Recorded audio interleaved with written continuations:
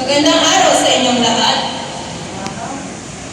Maligayang pagbati mula sa aming segment na pinamagalang Talk to us! At ngayon, ating kilalanin ang pinakaunang P-pop group na binubuo ng mga babae at lalaking miyembro.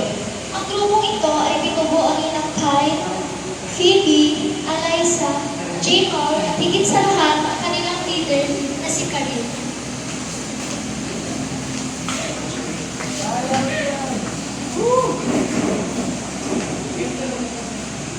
Ating tungayan ang talentong ipapamalas ng leader G5.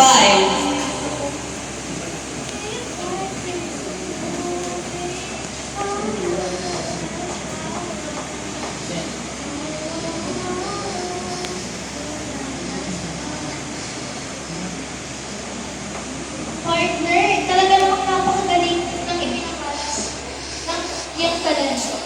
Tumpak na yan, partner. Pinalo na ang ating queen fiyahe sa lamig ng tinig. May nais ba kayong sabihin sa ating mga manonood? Gina G, kamusta? Kami ang G5. Ayan. Kamusta naman kayo bilang isang grupo?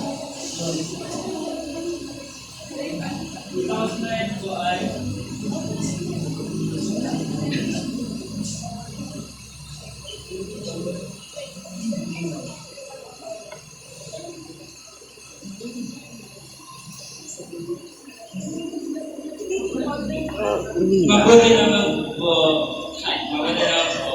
ang tingin ko turing ko na sa mabuti naman po ang tingin ko turing na sa amin ay magkakapatid namin.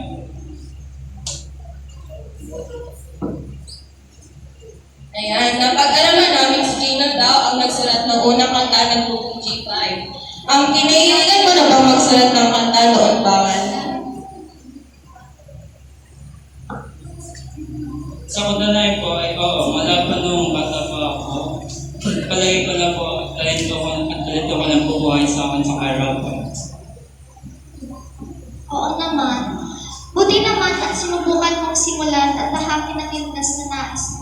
Ikaw naman, Eliza, ikaw raw ang main dancer ng group.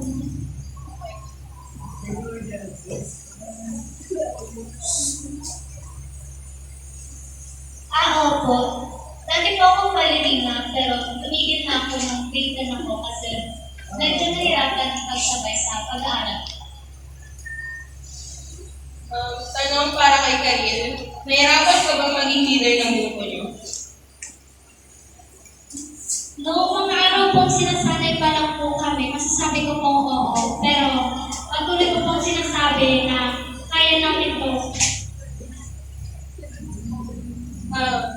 Naisip niyo bang sumuko na lang ng mga araw na yun?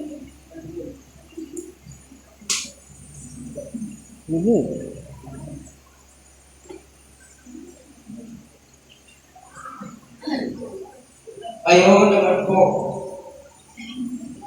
Pero ipapasalamat namin po sa gusto namin si Phoebe. Kung wala po siya, siguro ay wala na rin at nabuhat na rin ang aming grupo. Totoo ba po, Phoebe? Siguro po. Wala pa nung bata pa ako ay pangarap ko lang maging sikat na mga artist. Siguro po dahil na lang sila idol ko silang apat. Napapasin ko kasi na matutag sila. Kaya na ng isang television ang sarili nila magpagod para sa pangarap din nila. Konting pempot na lang noon bago namin maabot ang inaasal namin. Kaya basta ako papayag na mag-vote kami, di ba? At higit sa lahat, nakikita ko na rin ang kinakarap ko. At yun ay ang kasama ko sila. Okay. Pwede pa namin malaman kung ano yung pinagdaanan niyo? Ako na po ang sasagot niyan. Dati po kasi nagsimula ang aming agency, so wala talagang naalala namin po noon sa plaza lang kami nagpo-perform. At dahil nalapitan namin at ayahan naman noon, umalayo sila, libre manood. Manood Pero sikat na kayo. Oo nga po dahil kini.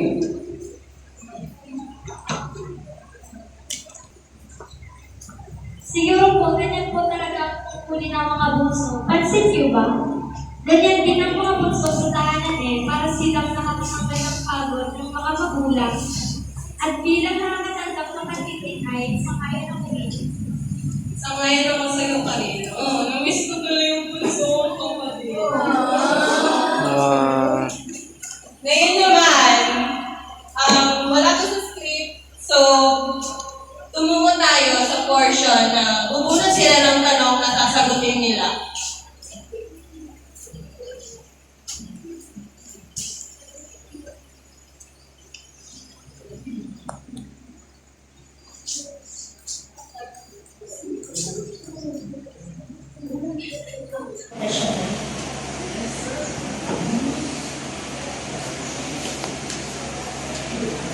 Para naman sa iyo, Khalil.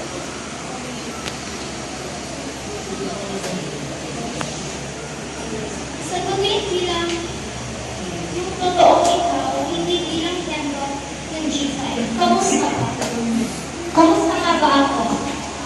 Ako ngayon ay nakakaramdam ng burnout but I'm feeling blessed. Kasi alam ko na may Diyos ako sa buhay.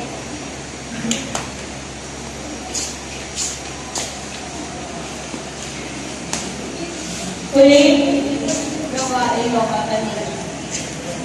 Magsalita ng pakyut sa harap ng mga manonood or baby talk.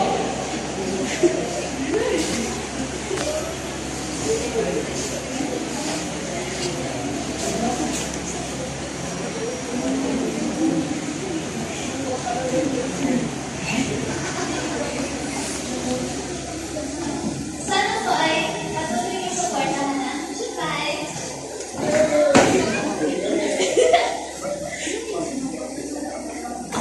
Hello, partner, paano ba yan? Oras na para tapusin ang ating programa. Oo nga, partner. Ngayon pa rin, ang aming segment na Talk to Us ay magpapaalam na ngayon.